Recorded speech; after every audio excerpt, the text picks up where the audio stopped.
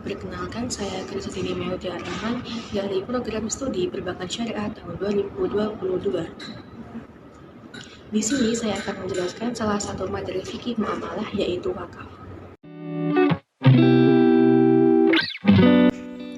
Di bahasa Arab, wakaf yaitu waqafa, artinya menghentikan berdiam diri di tempat atau menahan sesuatu, yang artinya menahan harta yang diberikan oleh Allah yang dikelola oleh suatu lembaga. Dan hal tersebut sangat dianjurkan dalam ajaran Islam karena sebagai sarana mendekatkan diri kepada Allah yang ganjarannya atau pahalanya itu terbawa sampai saat si pewakaf meninggal dunia. Terdapat macam-macam wakaf. Yang pertama ada wakaf keluarga atau wakaf ahli atau wakaf khusus. Maksudnya itu wakaf yang diperuntukkan bagi orang tertentu, baik seseorang ataupun lebih dari keluarga maupun dari orang lain.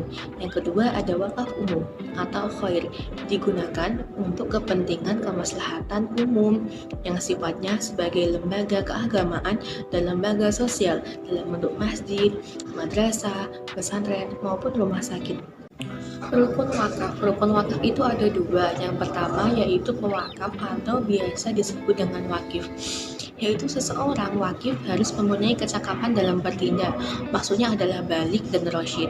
Balik di sini yaitu dalam segi umur dan rasyid pada kematangan pertimbangan akal.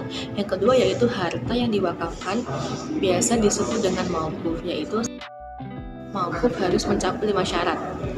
Yang pertama, harus tetap zatnya dan dimanfaatkan secara lama. Yang kedua, harus halal dan sah menurut hukum. Yang ketiga, harus jelas wujud dan batas-batasnya. Di sini dicontohkan tanah. Yang ketiga yaitu harta yang diwakafkan harus benar-benar punya wakif dan terbebas dari hutang. Yang terakhir, dapat berupa benda mati maupun bergerak. Di sini ini dicontohkan saham atau surat-surat berharga. Selanjutnya, syarat wakaf. Menurut Undang-Undang Nomor 41 Tahun 2004, terdapat 6 syarat yang harus dipenuhi agar wakaf itu bisa terlaksana. Yang pertama, wakif, seseorang yang mewakafkan hartanya. Yang kedua, nazir, orang yang bertanggung jawab mengelola harta wakaf. Yang ketiga, ada harta benda wakaf atau harta yang diwakafkan. Yang keempat ada ikrar, wakaf untuk kehendak mewakafkan sebagian harta bendanya demi kepentingan orang banyak. Yang kelima ada peruntukan harta benda wakaf atas harta yang tersedia. Dan yang terakhir yaitu jangka waktu wakaf. Tujuan wakaf, sedangkan untuk tujuan wakaf sendiri yaitu harus tercermin siapa yang berhak atas wakaf. Maksudnya untuk kepentingan umum, yaitu masjid, sekolah, ataupun rumah sakit. Lalu untuk menolong fakir miskin, anak yatim, atau mendirikan panti asuhan, dan tidak boleh bertentangan dengan nilai-nilai ibadah. Baik, mengenai penjelasan materi kali ini sudah selesai.